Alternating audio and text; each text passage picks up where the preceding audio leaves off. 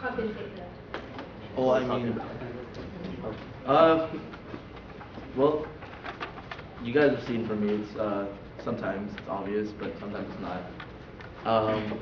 Although, like, I work hard, my biggest weakness is that I tend to get a little, lazy, or I tend to procrastinate or whatnot. But I mean, this whole year as a historian is kind of a learning experience for me that deadlines are deadlines, and if you don't meet like what you have to do, then you're you're not gonna get the the big payoff you are gonna get. And last minute things don't make everybody happy. They only make things worse. For me, I know this. I know what it is. I think for me, I don't know if people see it, but I know it myself. My biggest weakness is that I want to do everything, even though there aren't enough hours in a day to do everything. Like me, that's why I had that predicament earlier, because I was like, oh no, I don't know if I can handle it. Like, oh, I'm gonna do it anyways. But how I'd compensate for that is, for me, I would just have to give up something else in order to fulfill my commitment for being culture chair. And because I want to be able to.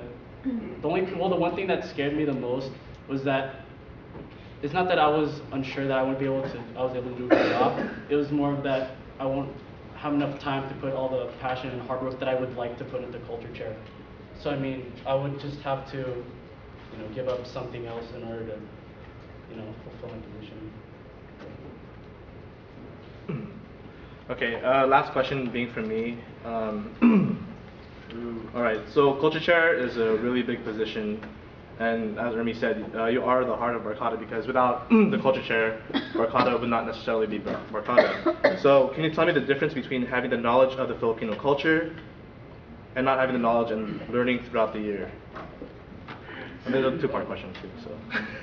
Wait, say it. Wait, say the last part. Okay. Yeah. Can you tell me the difference between having the knowledge of the Filipino culture already and not having the knowledge and learning throughout the year?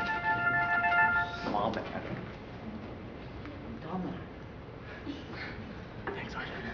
You're welcome. I think the parent one is like it's experience. I think that's what makes a really big difference between just like learning things and like rather than knowing things, because like it's more exciting when it's like you're so passionate and you're so like and you're so down to learn what's going on. Like if you already like have past experiences about it, so that you can like spread it to everybody else, so that everybody's like, wow, really, So like with that, it's just I think experience can only be like and like knowledge. I think the most important thing is that it spreads around, so that knowledge is not just another dead factor, just another like becomes more of a belief of like I want to learn this, I want to learn about my culture. Just for being knowledgeable, you can know about something but still not be passionate about it. That's why I think just learn by doing, not being that knowledgeable.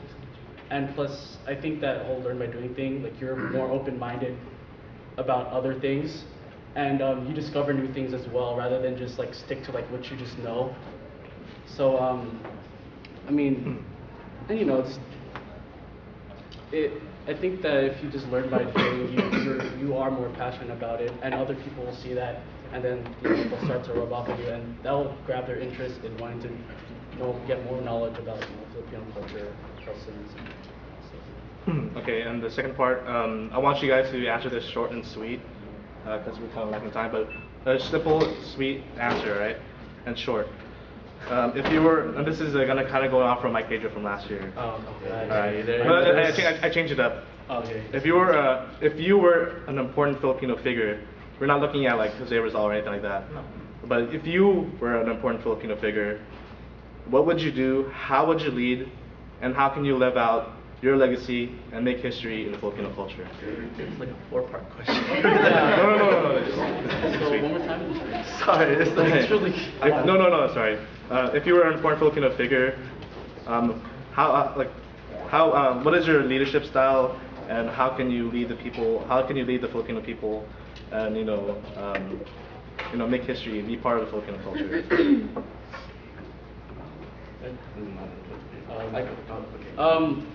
Well, to me, now that I think about it, I have thought about that question though. Now that I think about it, my dad is really my idol, my Filipino idol. I mean, he came from the Philippines with like not much, and it took him a long time, just to get here. It took him a lot of money to come here. His parents sacrificed a lot, so he had to go through so much just to come here. And coming here wasn't easy for him. He struggled for like 10 years before he got married to my mom because he needed to work hard in order to provide for me. And he tells me stories of like how life was there, how he compared to here, and how we're so blessed, and that when I have kids someday, I want to be the dad that that educates their kids about what life was like back there, and how precious life is over here compared to there, and what we can do in order to spread that type of. Sorry. Well, the important figure for me is like, right, it's like dad. I mean, my grandpa too. Like, if it wasn't for them, nothing would move forward. I wouldn't be here like running for culture chair today. And to be able to like spread knowledge, it's more of like making people believe.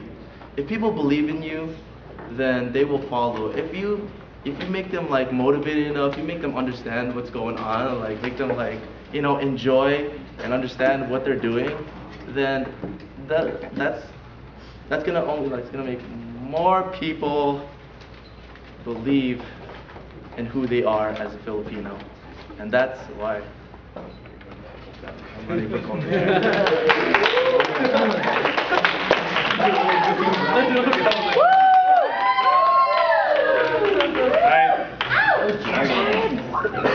Okay, thank you to the candidates.